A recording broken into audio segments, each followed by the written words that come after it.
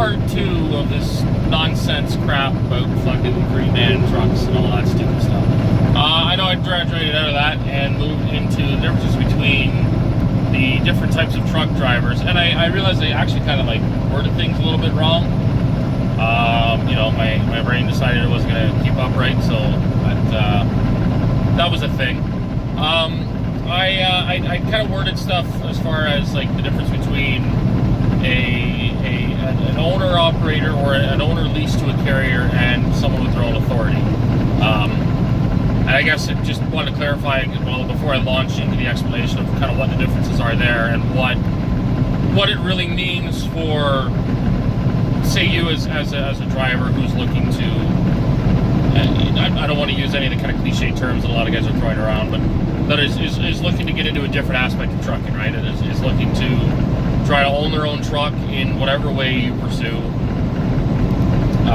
So, you know, here goes.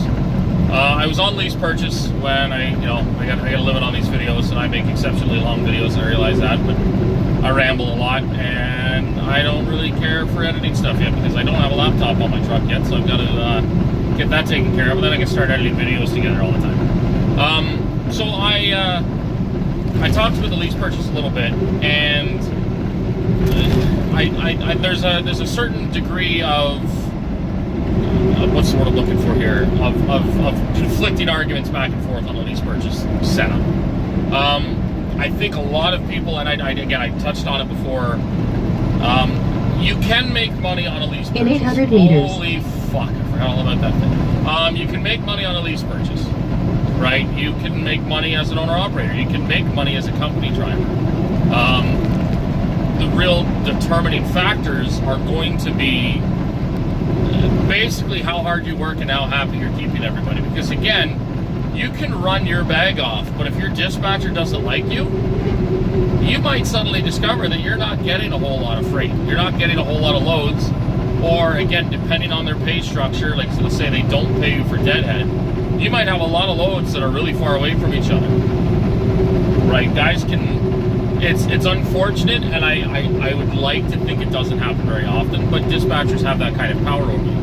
And that's kind of the problem with the first two types of trucking, between company and lease purchase. And company lease purchase, you have more to lose, right? Again, a lot of guys get into lease purchase because they want to own their own truck, and it's a good concept. It's like that person. You know, I don't want to go through this and say, oh, are you going to lease purchase? You're a fucking moron. No, that's not what I'm trying to say, right? Guys that get into this have good intentions. You can get a lease purchase, right? Because I've done it. I've been there. I did a lease purchase. You want that truck. You want to be able to be successful. You want to make more money. You know, you want the independence that's advertised.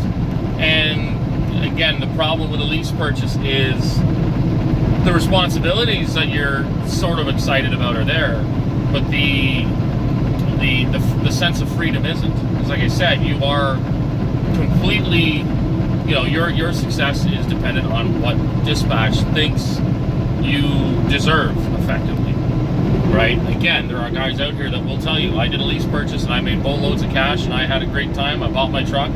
Lots of guys have bought their trucks, right? If you look at, I think it was Woody's built a mini fleet off of lease purchasing trucks, right? I think at this point now, he owns his own trucks, he's got his own business capital. But I remember when he started out lease purchasing. But Woody also, again, he worked hard and he didn't piss anybody off, right? And I'm not saying that he went out of his way to be extra nice. It's, again, human beings are really weird. And I've had people that I've stood in the same room as them and haven't spoken a word to them, and they come up and tell me they don't like me. I've had one person actually do that. Most people are obviously not that upfront about it, but people will form their opinion on you oftentimes without having actually met you. So, you know, there is a slight degree of chance, and then you've got, you know, your first impression. You know, when you work with I hate using the word driver manager, but a dispatcher or, you know, an operations manager or whatever. You know, case in point, I was having a conversation with a coworker last night. He hates our operations manager. And our operations manager, I think he's phenomenal. He's always been super easy to work with. He always answers the phone at any time of day, even though sometimes it's not necessarily something that's his job. And like, he's, if there's a problem, he apologizes. And like, my dad and I work for the same carrier. My dad was talking to him a couple days ago, and he said, like, you're like, Daniel is I love Daniel. Never gets excited or angry about anything. It's awesome. And to have somebody like, again, it's unfortunate that he thinks that me being laid back and not getting wound up about things is so rare that he feels the need to comment on it, right? So you've got drivers that are not particularly easy to get work with. Now again, I have no idea what this guy I spoke to last night is like. He's another owner-operator. Seemed like a really nice guy, right? Really hard worker. But him and the operations manager don't see eye to eye, right? Now that doesn't really affect his dispatches because it's the operations manager doesn't do dispatch. But they don't get along, and he sometimes feels like he's getting shortchanged or feels like he's getting played around with. And again, he full on admits, like, I don't know if it's true or if I'm just being paranoid, but it feels that way. So he's he's kind of in this constant state of paranoia, where my dad and I both think the staff that we work with are great. Dispatch is awesome, payroll is awesome, the operations manager is awesome, the shop guys are awesome. Like, I called this morning, my leveling valve on my trailer, all these tanker trailers, they've got automatic leveling valves. You can't adjust them, so the trailer air dumps when you pull the brakes, and when you push your swipe, or when you push your plunger in the morning, the truck automatically airs up. I dump the air when I load, right? And when I went to leave, I noticed as I got out to the road that the trailer was on a bit of an angle, so it was dropped to the back. So I crawled underneath, bags are low, checked in with the service guy, he said, there's a leveling valve. Like, if you're not comfortable going under there and playing around with it, like, just take it to a truck stop. I said, well, I'm at least half an hour, 40 minutes to the nearest truck stop. That's really hard on a truck or on a trailer. And on the airbags to drive around with the suspension deflated. I said, I'll go under there and take a look. I can't promise I'll be able to fix it, but I'm not gonna not go under there. And the leveling valve is easy to fix, right? And it's without getting into too much detail, it's multiple segments, and one of the segments had come loose from the base that it mounts to. So the lever that controls the ride height was dangling loose. So I guess I don't know how it works in the pneumatic system. Whatever reads the level height to maintain air pressure basically read it as the trailer was full, right? So it wouldn't put any air in the trailer because the rod's pointing straight down. That thinks the trailer is up too high. So I put it back together, let him know, and then he just wants to shoot the shit for a minute. Where I work has great staff, but some places are not quite so friendly. And again, some places are, a guy can seem very nice, but could secretly be a vindictive little turd. And again, everybody hopes that that's not the case. And I think most people driving truck typically try to be as positive and productive as possible, especially new guys. But it is a kind of what's the word I'm looking for here? Not like a dark secret or anything, but something along those lines. It is kind of an unwritten sort of problem in trucking, that there are people that will abuse their real or perceived power over you. And again, a lot of times it manifests in dispatchers basically screwing around with your livelihood, right? Because again, all they have to do is, if you're doing 3 Chicago to St. Louis runs a week, well, suddenly you're only getting 2, right? I mean, that 3 probably is a pretty laid back trip too. Let's say you're doing 5 a week, 1 a day, right? Suddenly you're only getting 3 or 4 a week, right? It just works a bit slow. We got to spread the loads around to everybody. When in reality,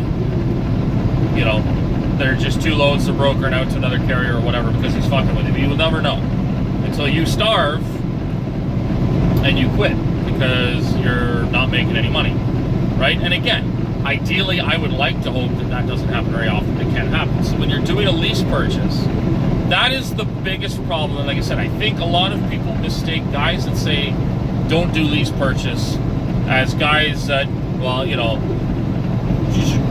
why would you want to work for, you're doing this, why would you want the company to make all that money and blah, blah, blah. No, you're not a real owner operator, blah, blah, blah. No, it's the problem with doing a lease purchase. The only real problem with doing a lease purchase is that you are still putting your career in someone else's hands. No different than a company driver, right?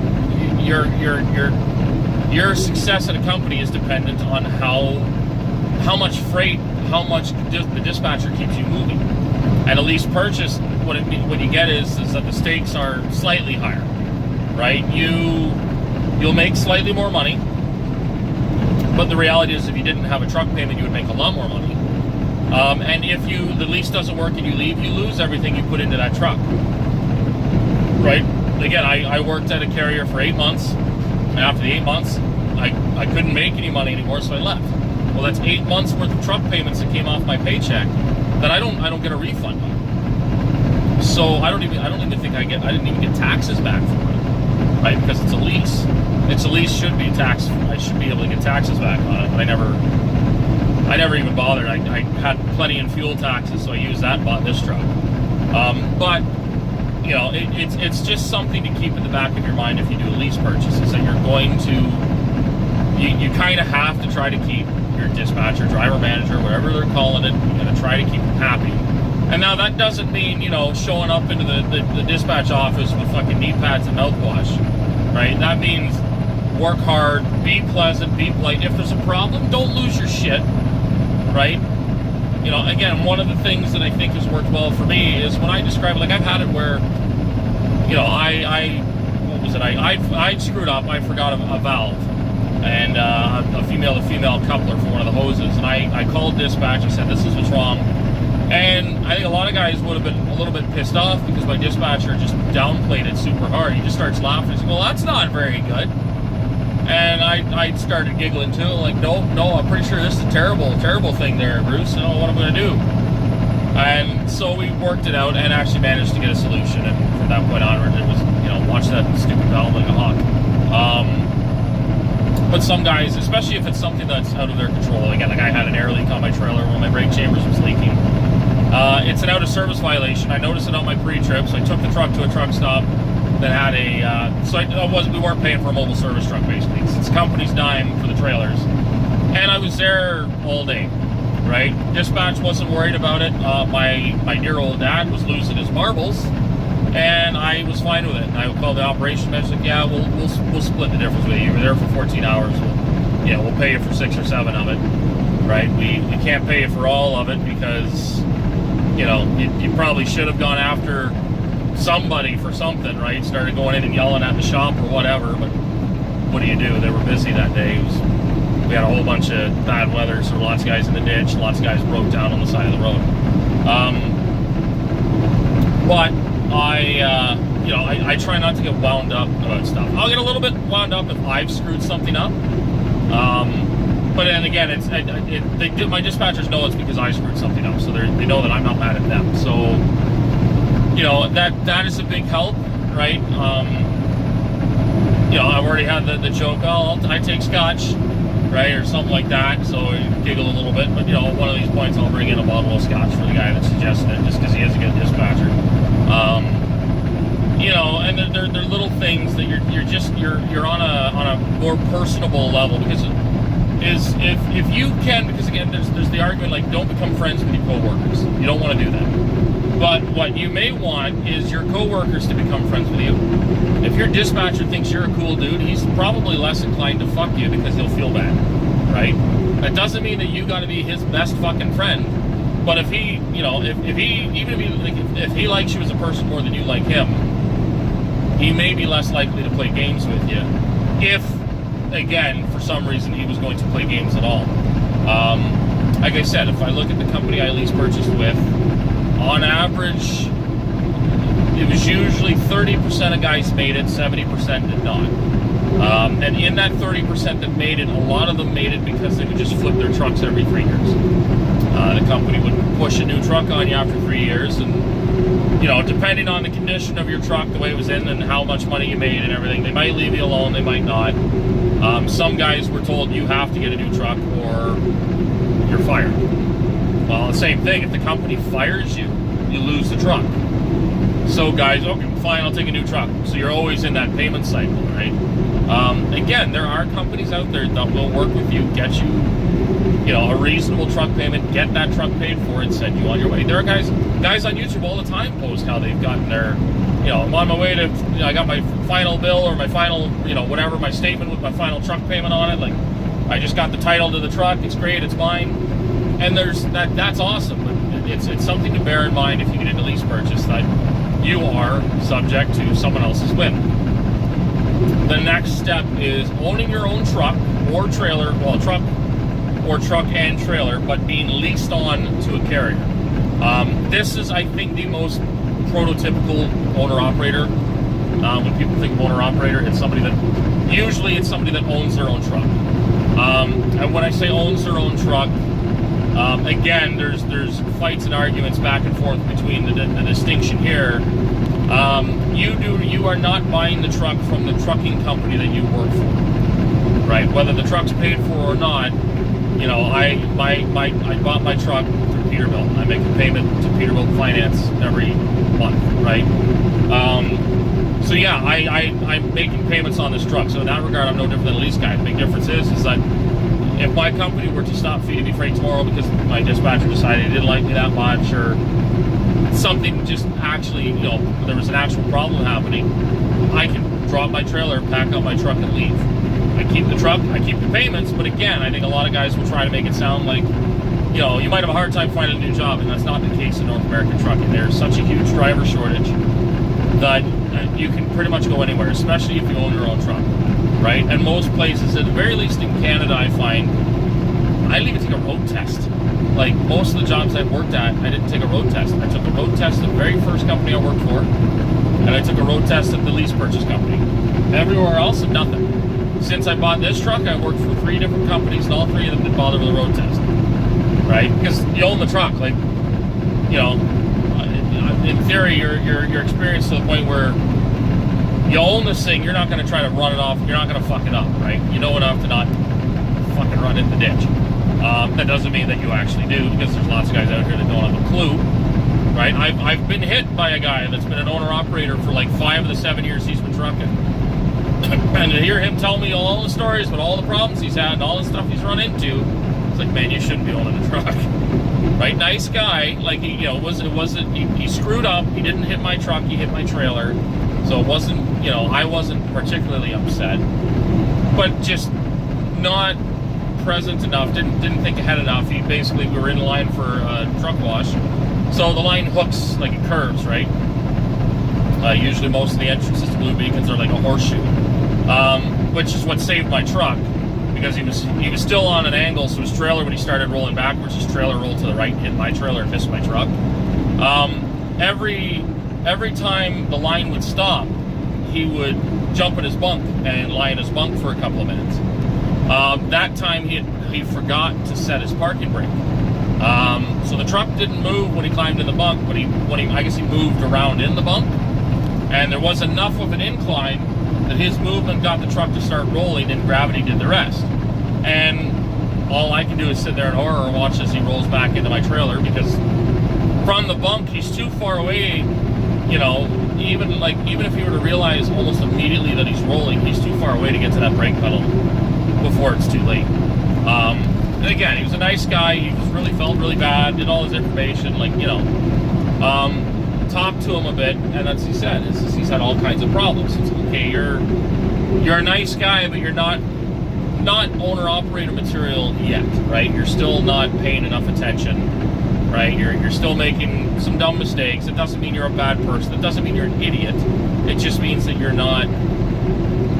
You haven't found your groove yet with trucking, right? He hadn't figured out what he had to do to remind himself to set his parking brakes, or remind himself to put his seatbelt on, or any of those little things that are very easy to overlook. There have been times where I've been paranoid, like that I didn't set my parking brake, right? I had a buddy of mine that I won't say who he is, because I know if he watches this, he's going to know who he is. He's going to be all upset. Where he full on, like, he admitted it to us. He pulled up to drop his trailer in his yard. He pulled his trailer brake, but he didn't pull his truck brake. So when he pulled his fifth wheel pin, his truck started rolling away. Well, his airlines were all still connected. Luckily, he was able to sprint into the cab and hit the brake pedal. But his airlines were like, well, his airlines and his electrical were stretched like almost to the breaking point, right? Now, thankfully, he admitted it to us, and thankfully, well, I guess the trailer would have moved. It wouldn't have moved if the dolly legs were up. But again, the guy has more experience than I do. He's been driving a truck for a lot longer than I have, and it was an honest mistake. That stuff happens. That's going to happen, right? But you've got to. This other guy was telling me about all the things that have happened. It's like, no, maybe you should have been, a company guy for a little bit longer. But again, a company guy, or an owner-operator who owns his own truck but is leased onto another carrier's authority is what I am, right? I make a payment to a dealership for my truck. I have someone else's stickers on the door. But if I decide tomorrow I don't want to work here anymore, I take the truck and I leave, right? I get the owner-operator type of pay. I get the owner-operator perks. I mean, I generally make it a habit to not turn down loads, unless for some reason I can't take the load. Right? You get a lot with e-logs, especially now, a lot of dispatchers, hey, we got your schedule on this, and I look at my hours, and I don't have enough time to do that. Recaps don't take effect until like another 2 days. Right? I've had it where, I've come into home with like 6 hours left on my clock for my cycle, and because I've run hard, it's another 2 days before I start getting recapped hours. And they're like, hey, can you actually do this like 12-hour trip? It's like, no, I can't. I'm sorry. That happens from time to time, but I explain it, right? Like, I got 6 hours left. I don't get recaps until Wednesday night. It's Monday afternoon. Sorry, I can't do that, right? And then the last tier is you have your own authority, which usually that means you have your own truck, your own trailer, your own authority. So you are, I would be Get Comfy Trucking LLC or Daniel Icor Transportation or whatever, right? I would be my own business, effectively, right? I would be on load boards looking for freight, or making a couple of contacts on my own to haul loads for specific carriers or for specific shippers and receivers. I think that's kind of like the end-all, be-all goal for guys, but it's also one that can be very difficult. It's a very difficult point to get to. A good example, no, he worked for Landstar. I was going to say Gorley Trucking, which was Life is Good. He's another good guy to watch. He's an older, more experienced guy. He's been driving a truck for way longer than I ever will. And he's been doing some different things. He worked he sold his truck, started working at Kenworth dealerships as a sales guy, decided it wasn't for him. I think now he's buying a couple of trucks, basically running his own mini fleet. But again, where was I getting at with this? He worked with Landstar, so he had his own authority, right? I think he pulled a Landstar trailer, but they leased it to him, so he bought the trailer. And he picks off of the computer, off the load boards, what he's going to take. So that one gives you the most control over where you go, what you do, what you haul, and how much you make, right? If you want to go home, it's up to you to kind of pick a load that gets you in your kind of home area, right? And it's up to you to judge, well, I got a really high-paying load into Florida, but there's nothing coming out of there. Is it worth it to take that high-paying load and have to deadhead out, or should I just, pick something that doesn't pay as much but goes to an area with a lot more freight, right? Then the responsibility is entirely on you, the driver, the operator, to determine what you're going to do. I mean, personally, I know that my dad wants to own everything. He wants to have his own, he wants to incorporate, he wants to be his own boss. I personally like where I am, because I get a good mileage rate. It's consistent, right? Like I said, I'm paid the same mileage, empty or loaded, and I've gone through this already. And there's a lot less stress, right? Yes, I don't get anywhere near as much of the money, but a lot of that money and again, there's that mindset that, well, my net pay with this truck is anywhere from $15,000 to $20,000 a month, and that sounds like, oh shit, that's a lot of money. But that's truck payment, my own bills, and admittedly, I've got very few bills compared to most other 30-years-olds. But at the end of it, really, I probably put away maybe $4,000 to $5,000 for myself, and the rest is going right back into the truck. Whether it's set aside for maintenance, tires, because you're going to need all that stuff. It's the same when you have your own complete running authority. You're paying all of your permits, any toll passes you have, you know, your annual running rights. You're paying for the trailer payment, the truck payment, if you have payments. You're paying for maintenance on the truck and the trailer. So you make it on paper, you make a shitload more money, but in real life you make a little bit more money, right? And each step up, you will make more money than the step prior, right? A company guy makes a lease but has the fewest headaches. A lease operator makes more but has more headaches. But again, most lease purchase companies, typically they take care of a lot of the maintenance almost as though you're a company guy, right? Where I did, they deducted my truck payment off my pay. They deducted a maintenance fund off my pay. So I never saw that money unless I needed it for stuff. And, you know, if I was in a shop somewhere or get lumber fees and stuff like that, they paid all that. They paid reefer fuel. I paid for the truck fuel. But again, it's fuel cards. In today's economy, with the fact that most people don't have a lot of capital, a lot of large capital, and a lot of people aren't really capable of getting large-scale bank loans, I think the middle two tiers are probably the best bet if you want to have the independence of owning a truck, right? Again, more so buying the truck outright from a dealership and putting it on the carrier than a lease purchase. But I can understand that not everybody has access to, whether through a loan or whether just through money, like, you know, work, the 10 to upwards of $20,000 to put on a truck, right? You know, a truck like this, I think the 389 is anywhere from 150 to 180,000 US, right? So 10% of that is anywhere from $15,000 to $18,000. And if they decide they want 20%, that could be even worse, right? That's even harder to deal with. I did all right. Those lights, I like that. So obviously not everybody has or can get that kind of money. That's understandable. Most lease purchases are zero credit check, zero down. Very easy to get into. Sometimes they have a balloon payment at the end, some don't.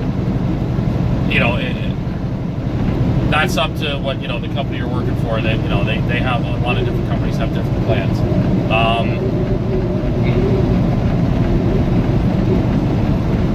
Sorry, I need a drink. I'm talking too much. But those two lines of work, like you said, a lot of surprise responsibilities can be taken care of by the company we're working for. Again, case in point where I work. Like I said, I said in a previous video, my dad had his hood taken off.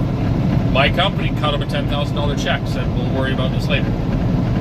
If my dad was entirely on his own authority, he's got to come up with that $10,000 because there's nobody he's working for that has big business income, you know, in the millions of dollars to cut a check. He's got to cut it himself. So, or sit and wait until the insurance sorts themselves out and cuts him the check. So that's, again, one of those differences. If you've got, you know, if you can get it to a point where you've got $500,000, $1 million in the bank, okay, yeah, you can run your own authority, you'll be totally fine. But you got to have that startup capital. And again, in big business, $1 million isn't a lot of money, right? Obviously, for the average schmuck, $1 million sounds like a lot of money, but in terms of big business, like case in point, the guy that I was speaking to last night, he made a good point. Like, my dad and I, between the two of us, were almost, not quite, but almost $500,000 invested into the company we work for, right? Because both our trucks in Canadian dollars were nearly $200,000, and you put two of them on, so you're almost $400,000 invested in the company. You know, that's a fair bit of money to have invested in a company, right? So, you know, when you're speaking in the millions of dollars, that's a lot if things go wrong, right? Where in this situation I'm in, I call my carrier, and they're like, yeah, here, we'll get it fixed. We'll just worry about it after, right? Take a little bit off your statement every week, no big deal. So in my eyes, and again, that's the other thing is different strokes for different folks. Some guys, again, I know guys that are very content with lease purchase. I don't know if he still is, but another guy, and I'm plugging channels, not because I'm trying to shit on these guys or anything like that, but because they are, again, good examples of how to make things work with a more positive attitude and how different circumstances or different trucking situations, how they're making it work, right? Chris Boland, right? And I can't remember what his actual YouTube channel is. But he, I think it's just Chris Boland. He's same thing, right? He full on, the last video I watched, and I think it was admittedly a year old or more. He leases his truck, right? He full on admits, I lease my truck. It works well for me, and I'm happy with it. He's totally content with it. Again, your responsibility to, I guess, rights and freedom scale is where he's happy, and that's totally all right. And that's the one thing. Don't get into any aspect of trucking, and I think that's really like the end of this. The whole kind of moral of this whole thing is, doesn't matter what aspect of trucking you get into, don't get into it because you want to get mega rich, make big bucks overnight, right? Trucking is not wood shop, right? As I've said it before, like, a lot of people seem to treat trucking as the wood shop class of real life, and that it's an easy credit. No, it's easy money. Trucking is not easy money. It's not the most difficult money in the world, right? But there is quite a bit that you've got to put into it to get out of it. So get into trucking because, like, whatever aspect of trucking you get into it for the right reasons. If you want to be a lease purchase guy, like I said, don't horn yourself up all over, I'm going to be an owner-operator, own my truck, make hundreds of thousands of dollars. Because if it doesn't work, you're going to beat the shit out of yourself, right? If you go into a lease purchase saying, I'm going to make a bit more money, right? I can run, some of them do, like, your governed hire, you have an ungoverned truck or whatever. You're going to have a little bit more freedom, and you're going to make a bit more money, but you may not ever own that truck, right? If you can, in your mind, mentally just forget about the money that you pay on that truck every month. Because again, if you sit there and think about it, if it doesn't work, God forbid it doesn't work, if it doesn't work, you're going to sit there and mope over all the money you wasted on that lease purchase, right? If you can, again, basically pretend that money never existed. Pretend you don't have a truck payment. What you got for a paycheck is what you got for a paycheck. Then if it doesn't work, it doesn't work, right? Just like a company driver, you go on to somewhere else. Whether it's another lease, whether it's a company job, and you move on, right? And you keep that kind of positive attitude. So, don't sell yourself short. If it doesn't work, it's not necessarily because you were a fucking idiot or, you're a fuck up. A lot of it can be, again, like I said before, somebody in the office just decided they didn't like it, or somebody in the office, maybe work is slow. They're trying to shuffle the freight around to everybody, but there's only so much, right? There's plenty of reasons. They're not all necessarily the guys, dispatchers being malicious, but there are, many different reasons as to why something might not work out. There's kind of no harm, no foul. If you decide you want to buy your own truck, understand that there's going to be a lot of responsibility that you are taking care of now. Because, while my carrier will basically do anything in terms of financial, especially for the trailer, we pay for it. If I run off the road right now, or if I blow a steer tire, my company will give me the money to repair the steer tire, but they will take that off my paycheck. So I will be losing money for the next foreseeable future until that tire is paid for, right? Either way, I'm paying for that steer tire. As a lease purchase guy, again, it's more or less the same thing. So, but just usually you're putting money away beforehand, right? Which you should be doing owning a truck too, don't get me wrong. If you go out and want your full authority, again, there's nothing wrong with that. You got to make sure that you're ready for the financial steps that you're going to have to take, right? You've got to have your business sense. You've got to be on the ball, and you're better off having a second person, whether it's your wife or husband or partner or a friend who you trust, to manage the business side of it, right, while you do the driving, or vice versa, so that you've got somebody always there to do taxes, to do, invoicing and everything that you're going to need to make sure that you get paid. Another thing, usually if you have your own authority, you're into that where you do the work, you don't get paid for it for 30 days.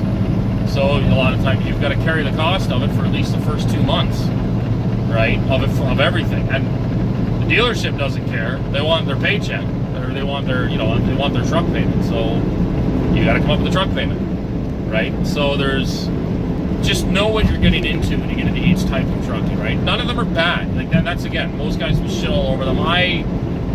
I've given lease guys grief before when they're, again, particularly cocky about it, or again, when a lot of guys, well, I'm an owner-operator. I'm the same as an owner-operator.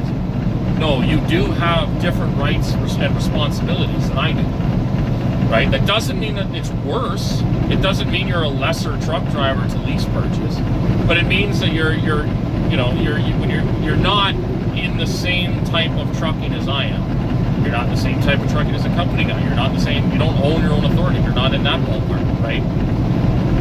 You're doing a lease purchase. And again, most lease purchases, you're not picking the truck that you're driving, or you get a couple of options. A lot of the companies do, they'll advertise, brand new Peterbilt 579s, and then you get there and it's like, well, we had 6 new Peterbilts, but they're all sold. We've got, 3 Freightliner Cascadas that are a year old. We got a T680 that's 2 years old, and we got a ProStar that's like 4 years old.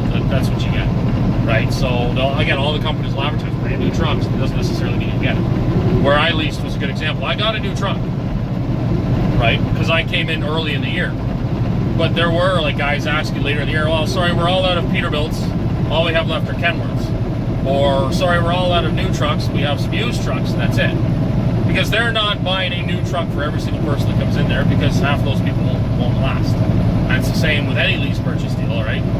They're not going to go out and buy you a brand new truck, spec the way you want it, because again, there's a reasonably good chance that you're not going to last as a lease purchase driver, and it's just because shit happens. And it's not even necessarily, I shouldn't even say that. It's not that there's a good chance you're not going to last. They're just running under the assumption that you're not going to last, right? Which is, again, why most lease companies, they're base model trucks, they're standardized fleet trucks that may or may not be what they'll call an owner-operator spec. So they might have gen packs on the side, they might have a couple of extra features. I really have yet to see any that do like the upgraded interiors with, say, a wood grain dash and more gauges. Fuck, the new CR England trucks I've seen, you get the gauges behind your steering wheel, and then the rest of your dash is taken up by a giant fucking Qualcomm screen, right? So you have nothing, right? The same thing. You could be doing a team lease or lease one of these goddamn 3-driver truck or 3-person trucks. Like, you're not going to get a whole lot of say in the trucking yet, right? Again, where I worked, there was one Kenworth left, which I probably should have picked, because I didn't realize going into it that all the Kenworths had Cummins, like 15-liter Cummins, and all the Pete's had 13-liter Packars, and the Cummins were, because they were 15-liter 450, I think they were 1850 torque, and the Packars were 1650. So you get a lot more pulling and engine braking power out of the Cummins. The W9s, they also put the big studio sleepers on. No couch, but the big studio sleepers. I passed on it because I've always loved Pete's and because they didn't have a couch. And I kind of regretted it the entire time I was there. I loved my Pete. It was a beautiful truck, but it was a little underpowered, and the bunk didn't have as much room as I would have liked, right? It was a full-size bunk. This bunk is actually smaller, but I like the look of this bunk. I just fucking bought this because I thought it looked cool. Like, that sounds dumb, but that's the way it is. I was given my choice of a couple of colors. With the Pete's, I had basically the gamut of colors, right? The W9, they had one orange, one left, and that was it, right? I chose a burgundy. I'm probably giving away the company I work for by saying that their main color is burgundy, like a burgundy red type of color. A lot of guys stayed away from that color because they wanted to try to make their truck look like an owner-operator truck by having it not match the company paint scheme. I fucking loved, I've got photos of, I still keep photos of that truck because when that thing was shined up, fuck, did it ever look good. The truck and a matching trailer, oh boy. Fuck, I get moist just thinking about it every time.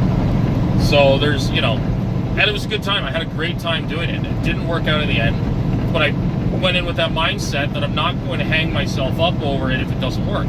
I left, I ran a company for a little bit and bought myself a truck with my fuel taxes, right? So there's ways to do it, but just make sure that you know what you're getting into is basically the bottom line, right? It doesn't matter which type of trucking you get into, make sure that you know what you're getting into and you know why you want to get into it, right? It's not a quick buck.